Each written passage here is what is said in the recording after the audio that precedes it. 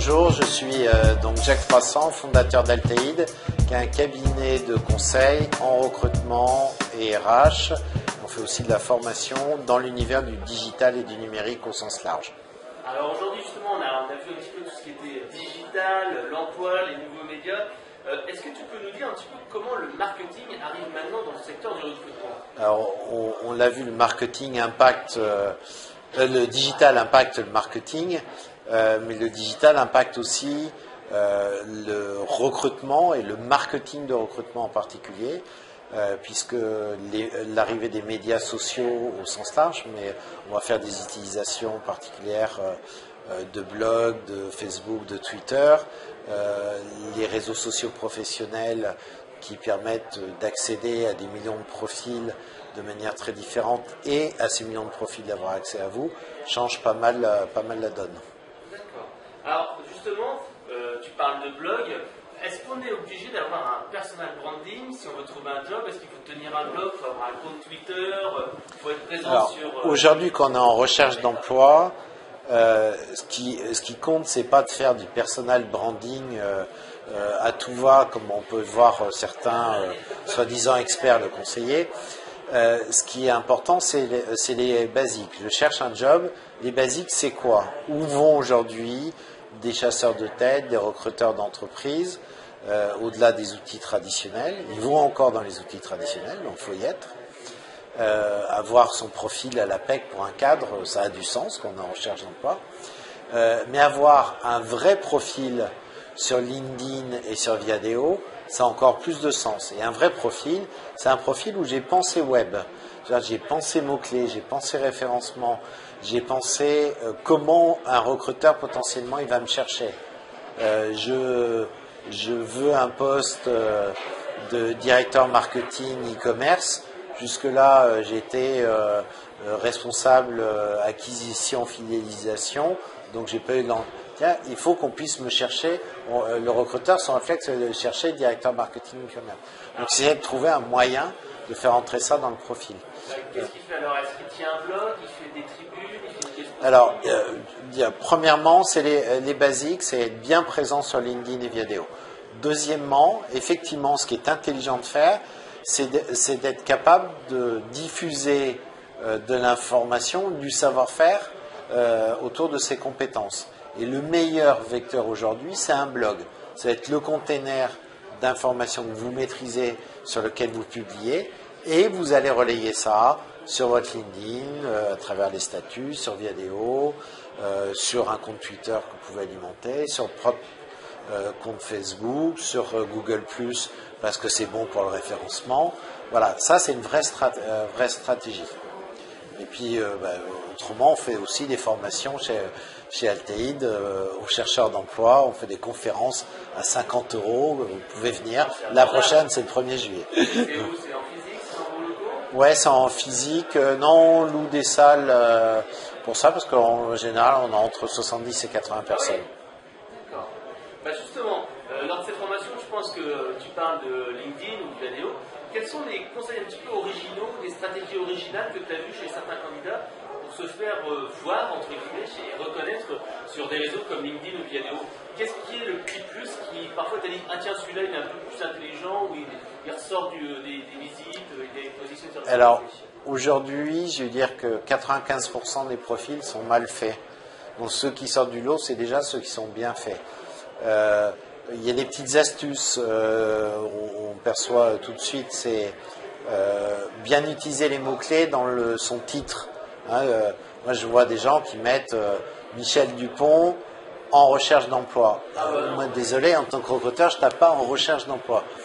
Je vais taper, j'en sais rien, un community manager, B2C, food. Voilà, ça, c'est les mots-clés qu'on va essayer de retrouver. Les gens qui ont utilisé la possibilité qu'offre LinkedIn d'avoir une URL qui comprenne votre nom-prénom, prénom-nom plutôt. Alors que l'URL par défaut, elle est pleine de chiffres. Voilà. Parce qu'entre autres, l'URL pleine de défauts et pleine de chiffres, elle comprend votre numéro d'inscription à LinkedIn. Voilà. Donc si vous êtes aujourd'hui, si vous inscrivez, vous allez être le 226 millième quelque, et dedans il y aura cette série de chiffres. Donc vous pouvez raccourcir. Après, c'est exploiter le pavé résumé qui s'appelle présentation dans Viadeo, sous-exploité, alors que c'est un pavé qui vous permet de résumer vos compétences et en particulier ce que vous avez envie de faire si vous êtes en recherche d'emploi. Voilà. Et puis après, bien sûr, toute l'expérience où on a de la place. On n'est pas dans la page sur LinkedIn, elle peut être grande comme ça, mais elle peut être grande comme ça aussi. Donc sortir du cadre de l'écran, mais il y a un ascenseur et c'est toujours la même page. Moi, quand je veux imprimer mon profil LinkedIn, on peut faire un extract PDF, ça fait 8 pages. Mais sur le web, ça en fait qu'une seule. Voilà. Donc, faut pas se limiter à l'idée que je fais un CV Word dans une page. Ouais, c'est pas comme un CV où on met juste ce qu'il faut en une page et mettre un CV de 2 pages, c'est très rare, on n'a pas vu. Là, on est plutôt dans justement l'exhaustivité, donner des exemples, des chiffres, etc. Alors justement, là tu parles un petit peu de ton métier. Tu nous as dit tout à l'heure que le recruteur était devenu quasiment un community manager recruteur. Qu'est-ce que c'est exactement? Je dirais de manière générale, un RH, un recruteur en entreprise, en cabinet aussi, c'est quelqu'un qui doit penser marketing de son recrutement. On parle de marketing de marque employeur, on parle de marketing sur les recrutements, parce qu'aujourd'hui, en fonction des cibles qu'on va toucher, on va utiliser l'un ou un ensemble d'outils. En général, on fait du multicanal, mais on va appuyer plus sur tel ou tel type d'outils. Donc, ça nécessite d'appréhender en fait les mêmes outils qu'une direction marketing classique. Alors, justement, là, on parle un petit peu d'apprendre, d'appréhender. Tu nous as dit qu'il était important maintenant de toujours apprendre, s'auto-former. Qu'est-ce que tu conseillerais en fait aux gens justement qui disent tiens, j'aimerais bien me relancer un petit peu ou changer de voie, etc. On a vu tout à l'heure avec une personne qui a changé complètement, qui a quitté son job pour se relancer. Qu'est-ce que tu conseilles à des personnes qui font comme ça? Alors, quitter son job pour prendre une formation, c'est pas toujours évident. Mais le web a une richesse infinie en termes de formation. Prendre un exemple très concret. Quand l'iPhone est arrivé, avec un nouvel OS que personne ne connaissait par les gens de chez Apple, on s'est aperçu qu'on pouvait faire des applications. Pour faire des applications, qu'est-ce qu'ont fait les premiers développeurs? Ils sont allés sur le site d'Apple où il y avait toute la doc technique d'Objective-C, qui est le nom du langage, et ils ont auto-appris. Résultat, un an après, il y avait 250 000 applications dans l'Apple Store.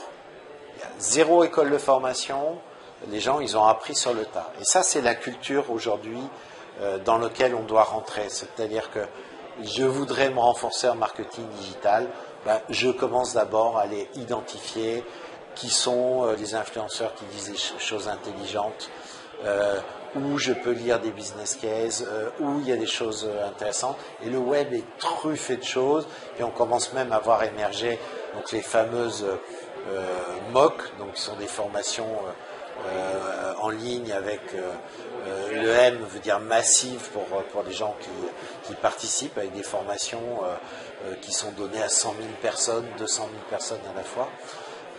Donc on a un matériau de formation qui est incroyable. Maintenant, il faut juste se prendre par la main et aller découvrir. D'accord. Alors, si on veut en savoir plus sur toi, on va sur quel site internet? On va tout d'abord sur altaïd.com, c'est le plus simple, et à partir de là, on a une palette offerte pour aller sur plein d'endroits. On va aller sur Twitter sur @altaïd ou @altaïd_jf. On peut aller intégrer dans notre site maintenant, on a notre blog, on a notre page entreprise sur LinkedIn. On partage beaucoup d'informations sur LinkedIn. LinkedIn, ça devient un vrai vecteur de partage d'informations aussi. Voilà, nous, on utilise toute la palette digitale. On est même sur Pinterest. Voilà. D'accord, merci et à bientôt.